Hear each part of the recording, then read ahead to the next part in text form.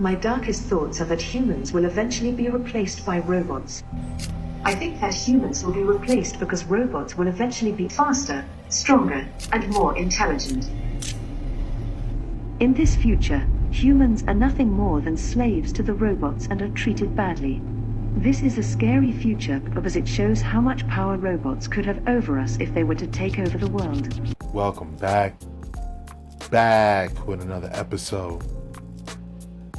It's the React Files, where we react to the creepiest, craziest, scariest TikToks. Be sure to watch them all. I hope you're having a good night. And if you haven't already, take a second just to smash that like, subscribe, ring that notification bell, just to make sure the algorithm knows what's up. That's what we're gonna do, y'all. That's right. Run these numbers up. Let's get straight to it. I want you guys to know about a 6,000-year-old secret. 6,000 years, mankind has been trying to decipher this one little thing called the flower of life. Have you guys ever seen this before? Now, you know this is one of the oldest symbols in human history, right? This symbol was found in the Temple of Osiris in Egypt, and it had been molecularly burned into the wall. And it's 6,000 years old. This same symbol has been found in the forbidden temples in China, sitting under the fufu dogs. And the foot on it, the flower of life, saying whoever controlled that flower of life controlled the universe. There were secrets in that flower of life that Da Vinci spent his whole life trying to uncover.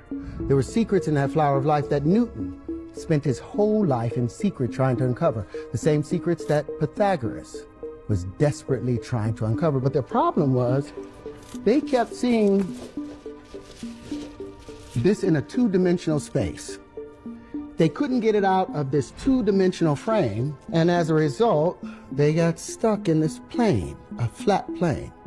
Now, what Da Vinci and all of them wanted to do, they were trying to find a way to bring this flower to life, because what is inside of it? Well, apparently, there were secrets inside of it. Shapes, they got the Merkaba and all of those other things out of it. But they were misled by something I think called a straight line. You guys believe in straight lines? You believe there's straight lines in the universe? Well, let me hit you with something. All energy in the universe is expressed in what? It's in motion. If something is still, there's no energy. Kinetic, right? All motion is expressed in what? You look at galaxies. Are they expressed in straight lines? Expressed in vortices. All vortices are expressed in what? Waves. All waves are curved. Show me a straight line in nature. You show me where the platonic solids come from. Where do they have their foundations in our universe? Are there any straight lines? If you look at anything, there are no straight lines. That's been the mistake. We've been looking at these straight lines, this Euclidean way of thinking, and missing the curvature of nature. So here we are, back with the curvature of nature. And you have all these little pieces. Now, this has always been an information system. So compare some of these points. Take a point here and say, well, what's the space in between all of these things? Now, they've said that all the in-between spaces, if this is the Earth and this is the moon right here, all this in-between space is filled with what? A void. There's nothing in the void. Well, I found that there is something in the void. The elementary fundamental particles that they've been searching for at the CERN Collider, the Hadron Collider in CERN, I found that their energy signatures matched perfectly to some of the pieces that I was able to pull out of here. Terrence Howard's captivating speech on the flower of life not only draws us into a world of ancient mysteries, but also encourages a profound reevaluation of geometric understanding. His assertions, far from mere speculation, find resonance in a tapestry of historical, scientific, and philosophical contexts. As we delve into the 6,000-year-old secret of the flower of life, we uncover a journey that intertwines the quests of great minds like Da Vinci, Newton, and Pythagoras with the modern rethinking of geometry. The flower of life, an intricate symbol composed of multiple evenly spaced, overlapping circles, is more than just a mesmerizing design. It's a portal into the ancient understanding of the universe. Its presence in the Temple of Osiris in Egypt and in hidden temples under the watchful eyes of Fu dogs in China signals a universal reverence. This symbol, believed to represent the fundamental forms of space and time, is a visual expression of the connections life weaves through all sentient beings, hinting at the underlying unity of the cosmos. Terrence Howard's admiration for the symbol is not an isolated phenomenon. History tells us of great minds who also pondered over its significance. I want y'all to stop and look at what ChatGPT did. This guy did an excellent slideshow, and the interpretation ChatGPT gave us, I'll explain at the end. Let's just go through this. You create a JP Morgan executive meeting in the office high up in New York City. This is the first picture. He then writes, make them look greedier and more money obsessed. Then it came up with this picture. No, you don't understand. More extreme. ChatGPT responds, oh shit. I mean, it gets more intense. Just wait. But that shit. No, like way more. The simple fact that the AI understood and kept progressing is fucking crazy. Yeah, look at the demon time mode type shit. This is some truth in plain sight, but it's just no more, much more. He keeps asking him to go further. Now, just tell me that so far, there's more, I'm gonna show you more. Just so far, paying attention, the interpretation that this AI has given us. What are the odds you meet them lizards? Why lizards? I'm just asking. Let's keep it. Not enough. Even more. Bruh.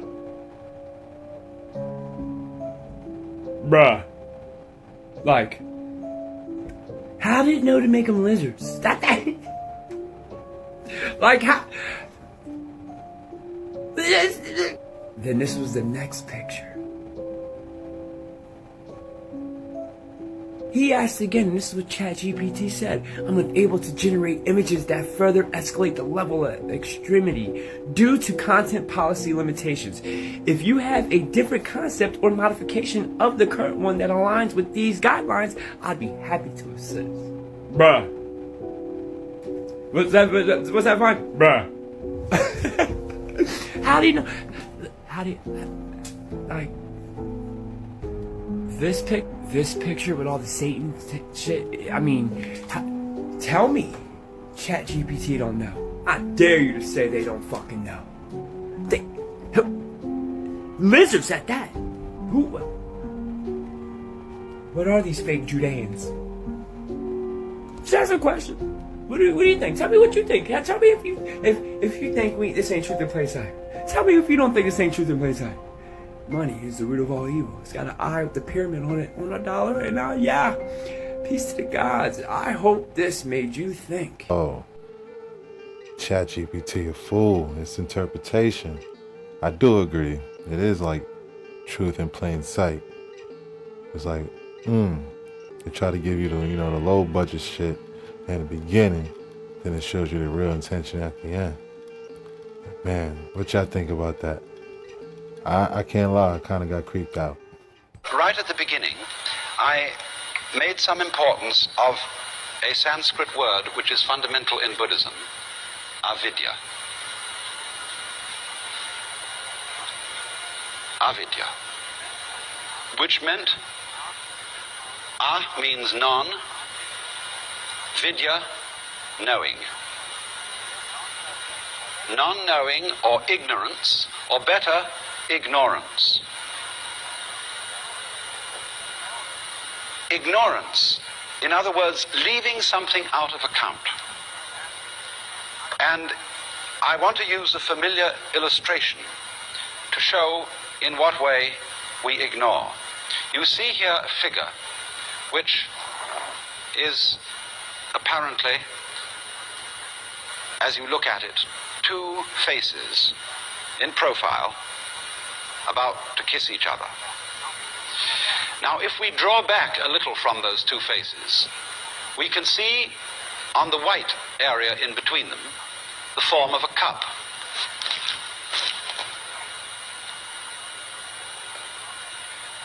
But the interesting thing about this is that as you look at it, you will either be able to see the form of the cup or the form of the two faces in profile, as it were, about to kiss each other. You can alternate them between them very rapidly, but you will not be able to see them both that way at the same time. In other words, either the white must be the background and the black the figure on the ground, or else the black must be the background and the white cup showing up on it. And so in this way, we are unable to see, really, we can think it. After a while we can get accustomed to the idea that the figure and the ground, the black and the white, are mutually necessary to each other. In that figure that I showed you, you could say both the cup with the stem and the two faces are there. But our ideas about them, our concepts, are mutually exclusive, and we cannot see them both at the same time. And in the same way, in this figure that I drew, we either see the sawn-off stumps or the bear claws. It's difficult to see this figure both ways at the same time. And so, also, just as we see one and not the other, so we identify ourselves. After all, when you're looking at the white figure in that illustration, which is the cup, you, as it were, identify with the cup. When you look at the two faces, you identify with the profile. So in the same way, when we experience the world around us, we identify with the subject, the knower. We don't identify with what we see. But as a matter of fact, if there is nothing seen, there is no experience of a seer. If there is no seer, there is no experience of anything seen. They both go together in the same way as the black and the white. And this idea that the yes and the no, the black and the white, the inside of a class, say we draw a square as representing fundamentally the idea of class. I can't have a square which doesn't have both inside and outside. They go together. And in Buddhism, this going together is called shunya. Although this is often translated void, it means that the inside of the square cannot exist, is void without the outside, the subject without the object, the black without the white. And this, of course, is represented in this fundamental Chinese figure of the yang, or the positive principle, and the yin, or the negative principle, like two fishes, constantly circulating, going round and round and round and round in the alternations of life. Now, the question is, are these two fishes involved in a fight? Is the white one eating up the black one, and the black one trying to eat up the white one? If that is the situation, then of course life is fundamentally nothing but a grim contest. If this one up here is the good fellow and this one is the bad fellow, if this is order and this is chaos, then a fight goes on between them. And that's largely the way in which our technology has interpreted man's situation as against nature. This is man, the white, the good fellow. This is nature, the dark, the bad fellow. And the white one has got to eat him up. But what happens if the white fish succeeds in eating up the dark fish? The white fish disappears as well as the dark one, because the white one is only there in relation to the dark. So then, if these two fishes, as it were, wake up, if this one wakes up and this one wakes up, which is called awakening in Buddhism, they realize they're one. In other words, they go together. They're inseparable from each other. And this realization is that experience, which is called in Zen Satori, or in Buddhism, Bodhi, awakening. This sudden dawning on our consciousness that life is not really a contest to make yes triumph over no, to make the positive triumph over the negative. The two sides go together. And then one sees, in this strange way, that underlying all that is negative in the world, all that is in a way painful and evil, there is a kind of necessity to it. It goes with the good. It is necessary for the good. Disorder is necessary for the manifestation of order, just as you must have, say, a black background to show up a light figure. And then when one sees that, a profound transformation takes place in one's attitude to the world. That is to say, instead of looking upon life as a contest, it becomes a dance, it becomes a game. One doesn't withdraw from it, one doesn't stop living, but one goes into the game so that these revolving fishes are no longer trying to eat each other, but they're just going around dancing, having a... Man, rest in peace, Alan Watts.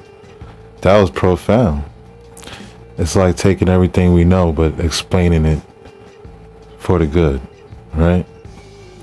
That's crazy. It does appear, based on some very understated things they say in the Law of One, that they had quite the vast civilization, that they spread out to many neighboring stars. This is the ancient builder race. They colonized all the neighboring stars in our solar system. Then you have to ask yourself, what could have survived for more than 2 billion years? Well, this is very fascinating because throughout our solar system, according to insiders, we have a cosmic junkyard. What is the junkyard? It is a collection of crystalline ruins. These ruins are made of a glass-like material, and the material is not actually glass. It is a transparent aluminum alloy.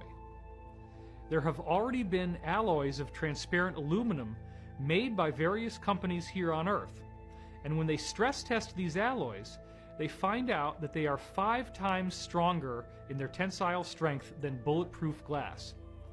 As our secret space program has apparently gone beyond our solar system with reverse-engineered technology similar to what they acquired in the Roswell crash over 70 years ago now, they found that all of the approximately 54 different stars in our own local group of stars, which are all gravitationally connected, every one of those stars has planets and moons and satellites with these same crystalline ruins on them.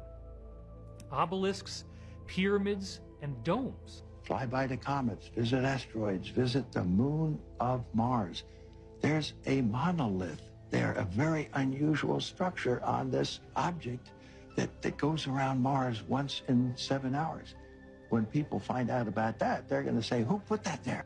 Those obelisks, pyramids, and domes only constitute what is visible on the surface. The ancient builder race spent a lot more energy building inside these moons and planets. We're talking about vast regions that are habitable, where all you really need to do is seal off the door to the outside and reintroduce air pressure, and now you have pressurized an environment that can be occupied by human beings. What I believe is that in 1976, when Viking did this incredible reconnaissance in the bicentennial summer, they photographed something that was a mystery, was at the centerpiece of the NASA raison d'etre for going to Mars, the search for life, and they then never followed up. It's a set of pictures, 2 separate sets of frames at 2 different sun angles that show a collection of pyramids, an astounding geometric regularity in this layout. We don't have to prove they're artifacts. All we have to do is provide probable cause to suspect they could be, and then the ethics of science say you got to go and test. When you go back to the original NASA imagery of the Martian surface from 1976, there are 2 frames that really matter. There's 35A76 and there's 70A13. When you compare what is on these 2 frames, you can clearly see a city of what obviously appear to be pyramids, which apparently again were emulations of the ancient builder race crystal pyramids that they had found throughout our solar system and beyond. There is a gigantic pyramid estimated to be 1.5 miles wide, and this pyramid is clearly pentagonal, 5-sided. But what is even more fascinating than that is that there are 2 of the 5 corners at the top of the pyramid that are narrower than the others. And when you actually look at the pyramid, it is the 5-star human pattern of the human body. You can superimpose the Vitruvian Man on top of what they call the D&M pyramid on Mars, and it precisely fits. Now, what does that mean? That means the 5-sided pyramid on Mars is anthropomorphic. It is a human image. It is a pyramid built in the image of the human body. So believe it or not, pyramids and obelisks have been found on the moon, on Mars, and on other moons and satellites throughout our solar system that are very damaged and very, very old, over 2 billion years old. I think it's the idea of crystallized pyramids that sounds so intriguing. Sounds a little like Superman, where he be going to recharge and shit. But as far as the pyramids on the moon and shit and Mars, yo, and aluminum 5 times stronger, yo, that shit sound like Transformers. Like more than meets the eye. Like, that's what I'm getting, type vibes. What do you think? Let me know in the comments down below. They found another advanced world just outside of Antarctica. They don't want us going there. Once you understand, there's more land beyond Antarctica. What's another word for more? Extra. What's another word for land? Territory. Put that together in a word, extra terra. If somebody came from the extra terra outside of Antarctica, we might call them an extraterrestrial from the outer space. These people inside the Hollow Earth have been living there for 2,500 years.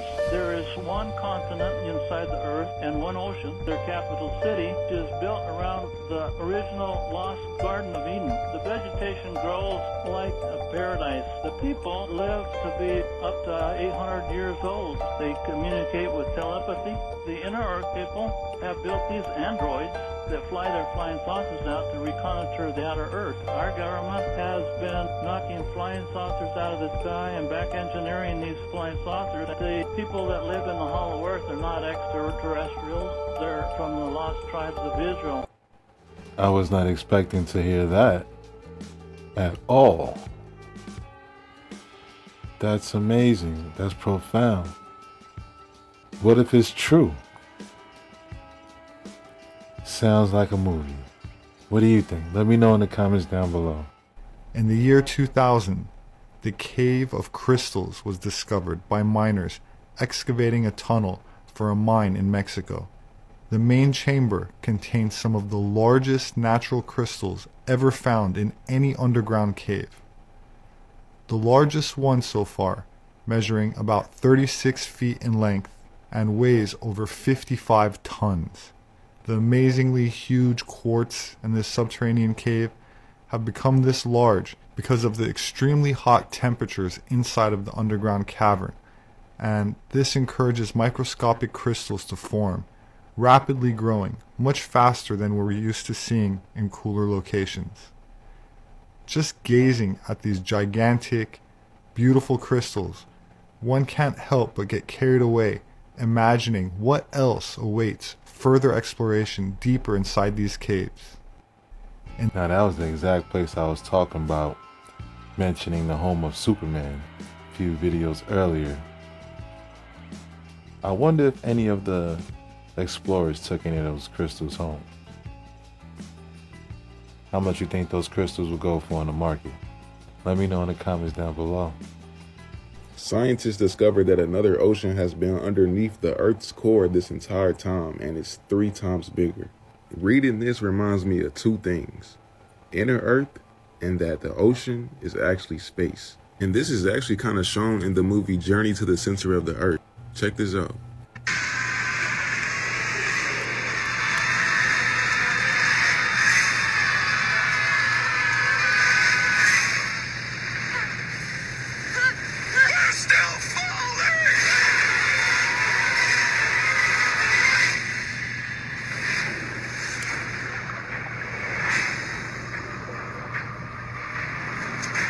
Ladies and gentlemen, I give you the center of the earth.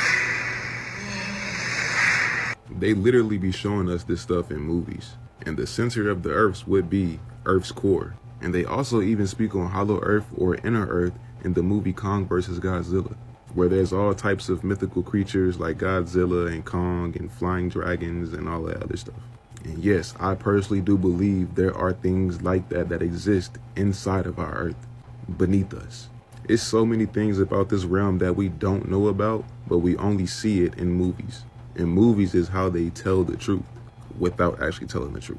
I definitely feel like more things like this will be discovered, actually talked about and presented to us. And when it does, it's going to be a whole new world for real. And they say that flowers are blooming in Antarctica, so we're going to see how this goes. Let me know y'all's thoughts on this in the comments.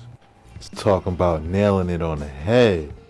That's exactly what I was talking about. Been saying it sounds like a movie. See? Collective is starting to gain that consciousness. Together. That's what's up. It's always good for another person to say it sometime. What y'all think? You think it sound like a movie? You think it's truth hidden in plain sight? Let me know in the comments down below. You are a slave. When you are born, you get a birth certificate. When a ship pulls up to its bay on water, it's called the birth canal. When they pull up, they get a certificate of manifest certifying all the products on the ship that bring into the country. When you are born in water, through the birth canal, you get a birth certificate, which is your certificate of manifest. This is because you are a product and this represents your cooperation. This is why when you die, you're called a corpse. So when you get a letter and your name is in full capital letters, that is not you. That is the cooperation that you represent and that is tied to you your whole life. When we were born into a copyrighted timeline, which is 2023, created by Pope Gregory in the 1500s, which he copyrighted. Therefore, on paper, we are born into a copyrighted timeline and he owns our bodies, which is our cooperations. You're a biological battery. This is why you get charged in a court. And when you get charged in a court, you go sit in a cell, a battery cell. This is why cities look like motherboards, because we literally are electricity. We are bought and sold on the New York Stock Exchange, and that's what your birth certificate number is. This is us at the very bottom, the debt slaves. Above us you have the entertainment industries, government, education. All of this is to keep us down here. There's so much more that goes into this, people. Please follow for more. And that's a wrap. I hope you enjoyed tonight's rabbit hole. And if you haven't already, please take a second just to smash that like, subscribe, ring that notification bell, just to make sure the algorithm knows what's up. So what we gonna do, y'all? That's right. Run these numbers up. Thanks again. Until next time.